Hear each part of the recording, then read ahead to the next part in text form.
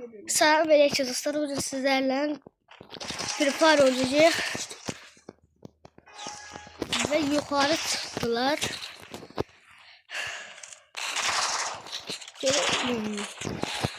Bu İlmancı desəniz kimdir? O əmim oğludur. Əmim oğludur. Yox, YouTube'a.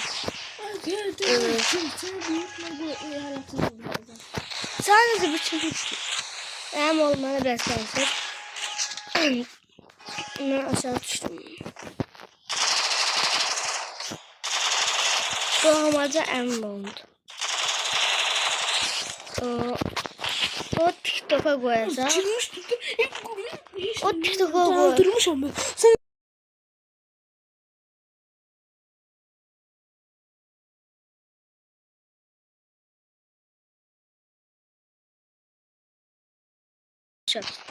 O əmim oğlu TikTok'a koyuruq. Deyir ki, ünlü olaq. Mən YouTube kanalı yeni açmışam, bugün açdım. Və bir dənə takipçim var. O da əmim oğlu. Mən də onun TikTok'da takip atmışam. Və bir-birimizə bəyənirik. İnşallah biz də o YouTube'dakı, TikTok'dakı ünlülər kimi olarıq. Yəni ünlü olaraq. Baxaq görə adam öldürə bilmir. Sonra durma bak. Söyleme. TikTok'u koydum diyor. Kaldırırlar da orada. Koy derim çıkıp. Hadi kaldır, oyna da baş. O anne radyo.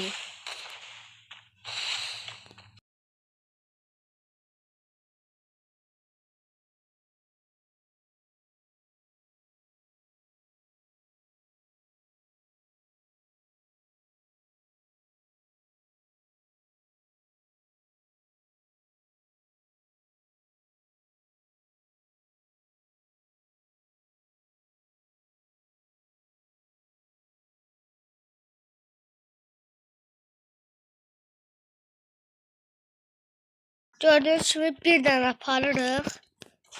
Allah'ın köməyi udarıq. Mən Azərbaycanlıyam, özümü tanıdım. Adım Arzudur. Bu adım Qurbanov. 10 yaşım var. Bir dənə dərs özümü tanıdım qoyur. İstəyən məsələn görsə adını bilmiyorum, məsələn falan olsun. Yəni elədir.